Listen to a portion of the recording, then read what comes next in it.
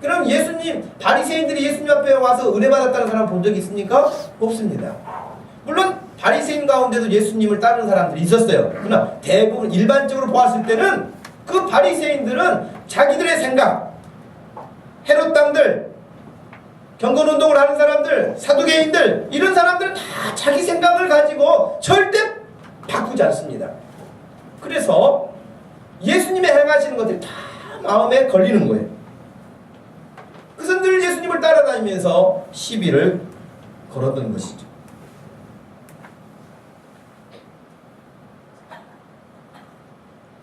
요한까지, 세례 요한이 가르쳤던 것까지 구약에 속한다고 생각을 합니다. 헌 옷에 해당하는 부분, 헌 가죽 부대에 해당하는 부분, 예수님 자신과 더불어 새 시대가 임했고 새 시대가 지금 열어가고 있고 하나님의 구원의 역사가 지금 시작되었고 선포되고 있는 그 현장에 있는데 그들은 여전하게 낡은 옷을 가지고 있고 낡은 부대를 가지고 예수님의 가르침을 받으려고 하니 들어오면서 그 말씀이 낡은 가죽 부대를 터뜨리는 것과 같이 수용을 못하는 거예요. 말씀을 못 받아내는 거예요.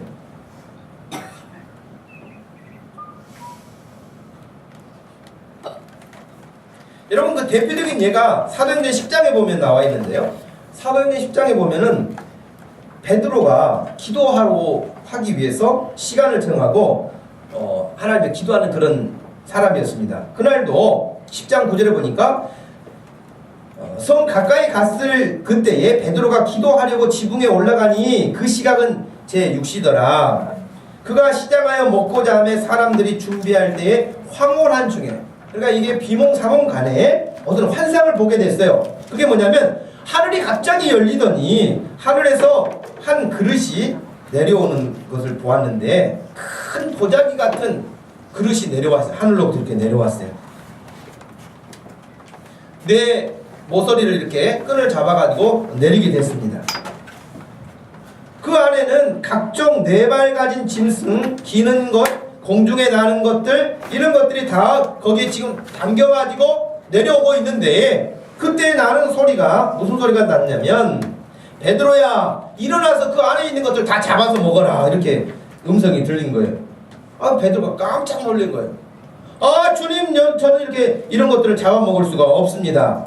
이건 아주 더러운 것들이고 거룩하지 못한 것이고 하나님이 먹지 말라고 했던 것들 아닙니까? 라고 하면서 먹지 않겠다고 했습니다. 그런데 두 번째 다시 소리가 들렸어요. 하나님께서 깨끗하게 하신 것을 네가 왜 더럽다고 하느냐? 그러지 말아라.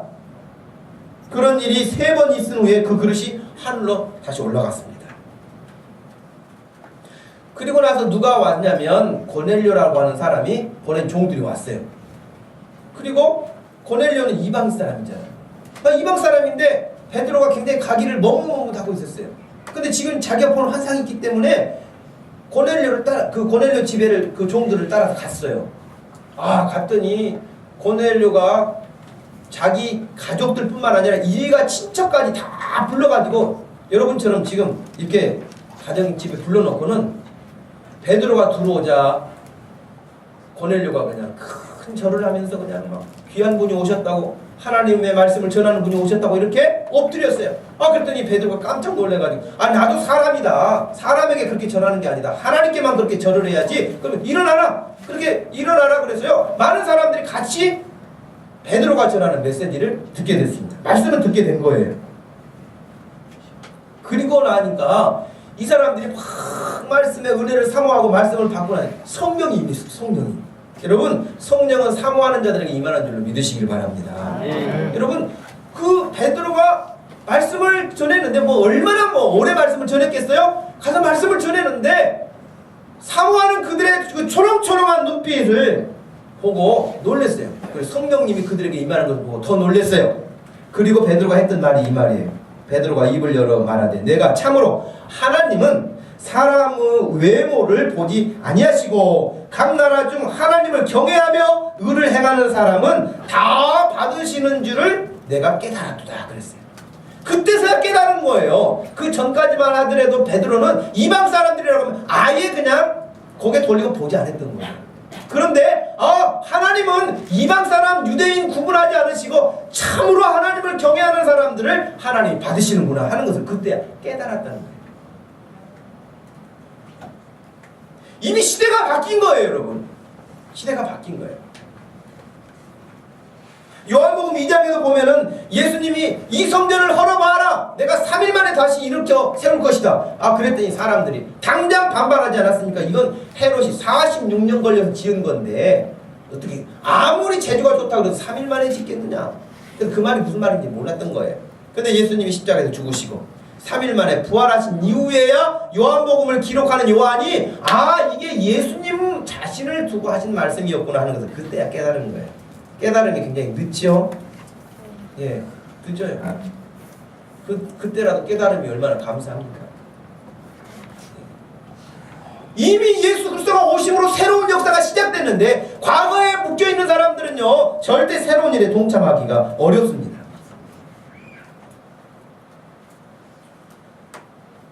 시기를 분별할 뿐만 아니라 이미 우리에게 지나가본 일들에 대해서 우리가 마음을 빼앗기거나 거기에 우리가 시간을 둘 것이 아니라 앞으로 다가올 하나님의 거룩한 일들에 대해서 꿈을 가지고 달려가야 될 줄로 믿습니다. 여러분이 지금 하나님 앞에 정말 멋있게 한번 쓰임받고 그렇게 하나님 앞에 가기를 원하십니까? 그렇다면 여러분 오늘 말씀드린 것처럼 본질에 무슨 일이 예배 시간에 예배 본질에 충실해야 돼요. 기도 시간에 충실해야 돼요. 본질에 충실하십시오. 시기를 분별하십시오. 그리고 지나간 일들에 대해서 과감하게 지우십시오. 아멘. 앞으로 다가올 일을 붙잡아야지 지나간 일을 붙잡고 저는 그래서 오늘 이 시간 이후로 우리 교회도 지난 3년간 지내왔던 일들이 많이 있어요. 그러나 지난 3년간 이야기는 이 시간 이후로 다시는 어떤 소그룹 모임이 됐든 개인 모임이 됐든 간에 지나간 이야기를 하지 않았으면 좋겠어요. 아셨죠? 네. 그리고 앞으로 되어질 일들을 논하세요. 되어질 일을 이야기하세요. 그래야 하나님께서 일하시는 것을 함께 동참하고 쓰임받게 될 줄로 믿습니다. 네. 여러분 지금 당장은 너무 재미있고 유익한 것 같지만 하나님의 말씀이 아니면 단호히 돌아서야 하는 결단력. 여러분 첫사람이었던 아담은 하나님의 말씀을 붙잡지 못하고 유혹을 받았을 때에 단호하지 못하고 그냥 불순종하고 끝났죠. 노아는 반대로 여러분 사람들 다 비웃었지만은 하나님의 말씀을 따라서 120년 동안 방주를 짓는 사람이 되었죠. 믿음의 사람들은 늘 그렇게 시대 사람들이 다 비웃어도 믿음으로 하나님의 말씀 붙잡고 사는 줄로 압니다.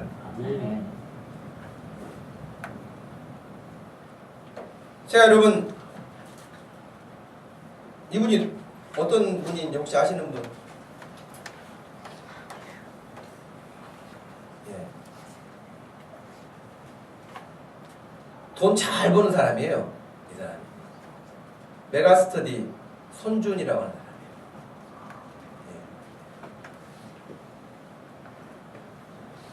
예. 제가 이 사람을 소개하고 싶은 이유는 뭐냐면 이 사람이 이제 88년도 추석에 경남 창원이 자기 집인데요. 추석에 자기 집에 내려가려고 기차표까지 끊었는데 그때는 이미 결혼한 상태였고요. 그 시골에 계신 창원에 계신 어머님이 자기 며느리에게 아내에게 전화해가지고 내려오지 말라 그랬대요. 왜 내려오지 말라 그랬냐면 서울대까지 나온 놈이 학원 강사를 하고 있다고 창피하다고 못 내려오겠대요. 그래서 그 추석 때 시골을 못 내려갔다 그래요. 10년간을 못 내려갔대요. 서울대 나온 녀석이 학원 강사하고 있다고.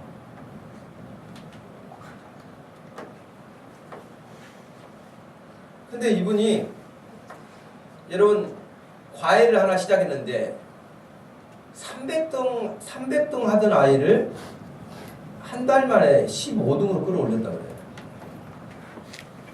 강남에서. 여러분 아줌마들의 입이 얼마나 빠릅니까? 초고속이잖아요. 소문이 나가지고 그 아파트 라인이 다 과외했대요. 네? 정신없이 과외해서 돈을 벌기 시작을 했고요. 어마어마하게 이제 돈을 벌기 시작했는데 자기 생각에는 좀 몇 년 해서 돈 벌어가지고 독일로 유학을 갈까 그런 생각을 했다 그래요. 그런데 1991년 9월 15일 주일에 4살 아들과 생후 6개월 된 딸을 데리고 대방동에 있는 교회에 다녀오던 아내 셋이 교통사고를 당했어요. 늘 자기가 운전해서 이렇게 교회를 갔다 오는데 그날은 다른 일정이 잡혀 있어서 아내에게 택시를 타고 가라고 그랬다는 거예요. 근데 택시를 타고 아내가 두 아이를 데리고 가다가 그 운전사가 졸음운전을 했는지 어땠는지 그냥 사고를 낸 거예요. 사육신묘가 있는 그 노량진에 고가도로 교각을 가서 들이받고 사고를 냈는데 병원에 가보니 3명 모두가 의식이 없었던 거예요. 4살 아들은 얼마 못 살고 그냥 사망을 했습니다. 의식을 잃었던 아내는 12월에 9월에 사고가 났는데 12월에 퇴원을 했어요. 그러니까 오랜 병원 생활 의식 없이 했어요. 그래서 의식이 돌아봤을 때 이미 아들은 죽었다는 이야기를 한 거예요. 얼마나 쇼크가 컸겠습니까? 그 딸은 그 사고로 말미암아서 뇌수종이 생긴 거예요. 그래서 뇌에서 척수가 안 빠지는 증상이 나타나서 병원에서 말하기는 평생 이렇게 있다가는 장애인으로 살 수밖에 없을 것이라고 이야기를 했어요. 근데 그 다음 해에 5월 5일에 이 아이가 아파트에서 지내다가 아파트 그냥 맨바닥에 떨어지면서 또 머리를 다친 거예요. 그래서 결국 투병생활 2달 하고 92년 6월 11일에 그 둘째 아이도 사망했어요. 그러니 얼마나 쇼크가 컸겠습니까? 그래서 그 고백에 따르면 이렇게 했습니다. 강남 성모병원에서 한 달간 투병하던 딸은 92년 6월 11일 새벽 4시 반 사망했고 충북 청원군 공원묘지에 딸을 묻고 온 손주는 딱 2시간 눈을 붙인 뒤 그날 오후 6시 학원에 가서 강의하기 시작했다. 그때 수업을 해야겠다는 생각밖에는 다른 생각이 나지 않았습니다. 수업하고 1시간 정도 지나니까 학생들이 전부 엉엉 우는 거예요. 선생님 제발 그만하세요 하고 울었습니다. 우는 학생들을 놓고 수업을 더 못하게 돼서 그날 이후로 자기가 3일간을 쉬고 다시 수업을 진행하게 됐다라고 고백했습니다. 그 이후로 아이를 둘을 더 낳아서 아이들이 지금 초등학교 6학년 또 중학교 3학년 딸 아들이 이렇게 있다고 합니다. 지금은 수없이 많은 지금 수천억 대예요 재산이. 제가 이분을 소개하는 이유는 여러분 지나간 일에 대해서 붙잡혀 있으면 아무것도 못합니다. 너무 쇼크가 크죠. 그렇지만 지나간 일 붙잡고 있으면 일 못합니다. 여러분 다윗 생각나세요? 다윗이 하나님이 기뻐하시지 않는 관계 속에서 바세바와의 관계 속에서 아이를 낳았어요. 근데 아이가 시름시름한 거예요. 그때 다윗이 한 일이 뭐예요? 금식하고 기도했어요. 그러면서 하는 말이 지금은 생명이 있으니까 하나님이 나를 불쌍히 여기셔서 이 아이를 고쳐주실지 모른다. 그래서 금식했어요. 그런데도 불구하고 그 아이가 사망했습니다. 그러니까 바로 돌아서서 다윗은 음식을 먹었다. 그렇게 돼 있어요. 돌아섰어요. 여러분 우리에게 어마어마한 쇼크가 올 수 있어요. 힘든 일이 올 수 있어요. 그러나 더 이상 과거에 연연하지 말고 여러분이 새로운 인생을 살기를 원하신다면 과거에 붙잡히지 말고 앞으로 여러분의 앞에 다가올 시간을 붙잡으시기를 바랍니다. 그러면 여러분 새 포도주는 새 부대에 담았을 때 보존되고 영향력이 있는 것처럼 우리에게 하나님이 앞으로 주실 은혜들이 클 것입니다. 여러분의 인생에서도 하나님이 이전보다도 더 귀한 것들을 주실 거라고 저는 확신합니다. 그러니 그 하나님을 바라보면서 기도하시고 그 하나님을 붙잡으시고 나갈 때에 반드시 여러분의 포도주와 같은 그 부대는 풍성할 것이고 여러분의 삶은 주님 앞에서 복된 삶을 살게 될 것입니다. 우리 목동 주심교회가 앞으로 하나님의 선한 일을 감당해 가는 데 있어서 하나님이 쓰실 것입니다. 교회도 쓰시고 교회 안에 구성원인 여러분 한 사람 한 사람도 쓰실 것입니다.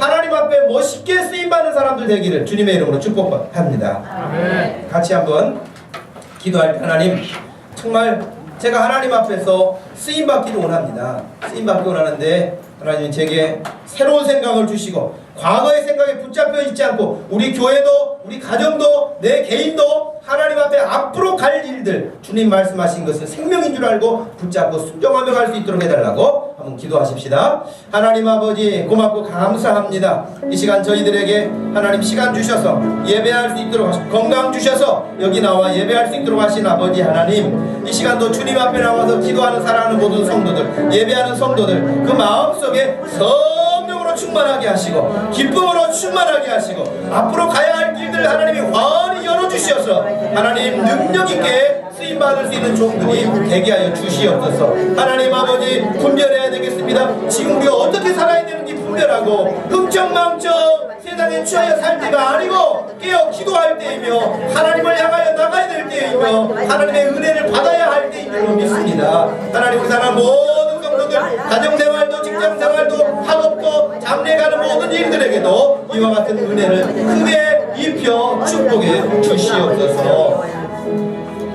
고마우신 하나님 아버지 감사합니다. 함께 예배할 수 있는 우리 형제 자매들 이곳에 보내시고 우리 주님을 찬양할 수 있도록 하시고 주님의 말씀이 여전히 오늘도 강단을 통해서 선포될 수 있도록 하신 것을 감사합니다. 하나님 말씀이 우리 가운데 올 때마다 하나님 스쳐 지나치지 않도록 하시고 말씀을 마음밭에 새기고 그 말씀 붙들고 하나님 순종하여 역사가 일어날 수 있도록 기도하게 해주시고 우리 하나님 앞에 나아갈 수 있는 믿음들 되게 하여 주시옵소서. 사랑하는 모든 성도들 가정이 새로워지기를 원합니다. 직장과 사업장들이 새로워지기를 원합니다. 자녀들의 장래 가는 일들이 새로워지기를 원합니다. 지금 꿈꾸고 기도하고 있는 일들이 새로워지기를 원합니다. 하나님 축복하여 주시옵소서.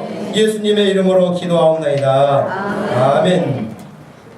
다같이 자리에서 일어나셔서 새롭게 하셔서 찬양드리고 축도로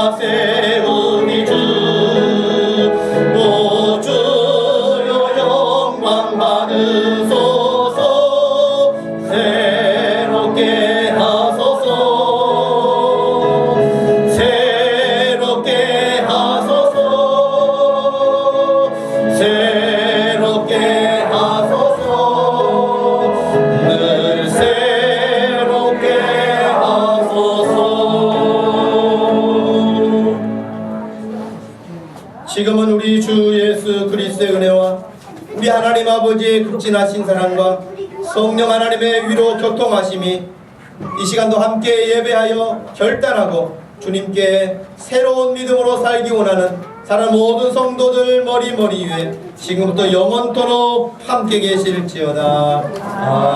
아멘.